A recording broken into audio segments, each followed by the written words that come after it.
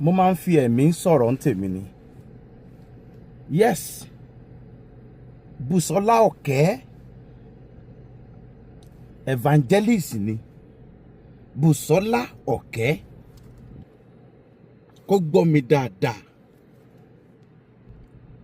Wo ẹni tí ò bá lè ṣàánú ìránṣẹ́ yìí má pa kún ìṣòro ẹ̀ náà. It is not compulsory kó ràn lọ́wọ́, ẹ má pa kún wàhálà ẹ̀. Ẹlẹ́ẹ̀kejì, ṣé bó ṣe pariwo yìí ṣé kò bẹ́tà?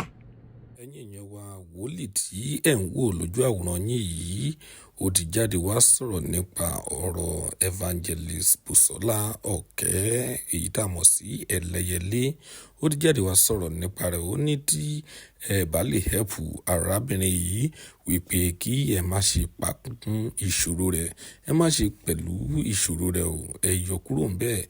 Àwọn ọ̀rọ̀ tí arákùnrin yìí sọ nìyí, ẹ jẹ́ ká gbọ́ nǹkan tí ó sọ.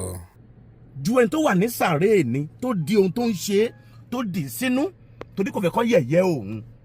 Sàréè ti kún lọ́wọ́ ẹni tí in fact ìṣòro ò tiẹ̀ tó eléyìí bọ̀ tí ó lè sọ̀rọ̀. Ṣé bó ṣe pariwo yìí ẹjọ́ ṣé kò bẹ́tà ju pé ká gbọ́ ikú ẹ̀ lọ́la ká gbọ́ ikú ẹ̀ ní ọ̀túnla? Eléyìí bẹ́tà. Tó bá lè ràn lọ́wọ́ má pakún wàhálà ẹ̀.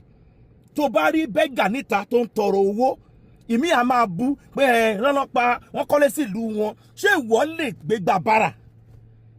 Tó bá rí èèyàn kan tó jáde tó fi ìtìjú tó sọ ìtìjú nù, má jẹ́ ká gbọ́ ikú ẹ̀ kí a tó ní ó dẹ̀ sọ̀rọ̀ o.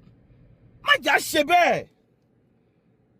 Ayé mà le, ọ̀pọ̀lọpọ̀ ló ń wò níta tó ń wọṣọ gidi tó ń fáyìn tó ń sọkún sínú tí ò mọ ohun tó máa jẹ. Wọ́n àìmọye tó ní mọ́tò tuntun lọ́wọ́ tó ń tà ní 500 million tí ò rí owó repo, tí ò rí owó rẹ epo, bó ṣe rí mọ́tò ẹ̀ Ọlọ́run ló yé. Wọ́n ogun tó máa mú kí èèyàn máa wò ẹ́ bíi pé owó wà lọ́wọ́ ẹ̀, ogun lámà ni. Ogun lámà ni.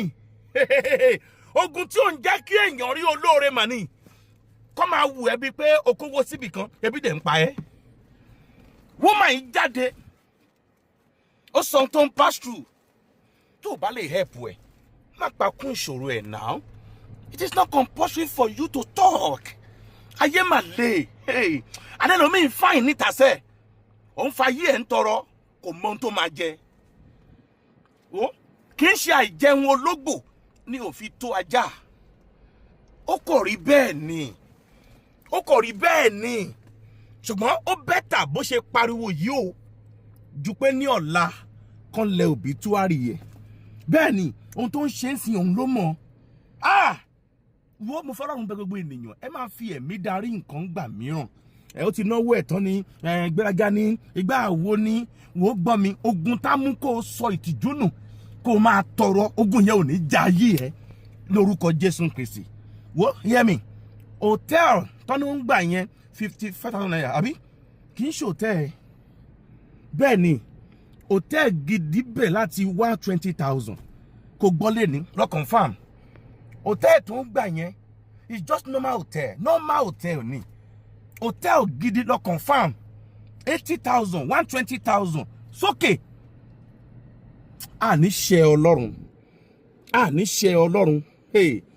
Ọ̀pọ̀lọpọ̀ ń da inú délẹ̀ o, ohun tó ń ṣolúkúlùkù òun ló mọ̀ o. Òun ló mọ̀ o. Tó o bá lè ràn lọ́wọ́ má kó bá, má pa kún wàhálà ẹ̀, fi ilẹ̀ sáyè títí ẹ̀. Ẹni bá lè ràn lọ́wọ́ kó ṣe é fún Jésù Kristi, kó ṣe é fún Ọlọ́run. Yes, when you see a big woman, a big lady tó jáde fún ìrànlọ́wọ́, a mọ̀ pé tó o bá nídìí obìnrin ń jẹ́ kúmọ́lú, a ò ní ṣe Ọlọ́run o. Èmi ni wòlíì sọ tí tóbi rẹ̀, èmi ni wòlíì sọ tí tóbi rẹ̀ lórúkọ èmi náà ò ní ṣe Ọlọ́run. Ìwọ tó fẹ̀mí gbọ́rọ̀ mi yìí inú ayé ò ní jó ẹ.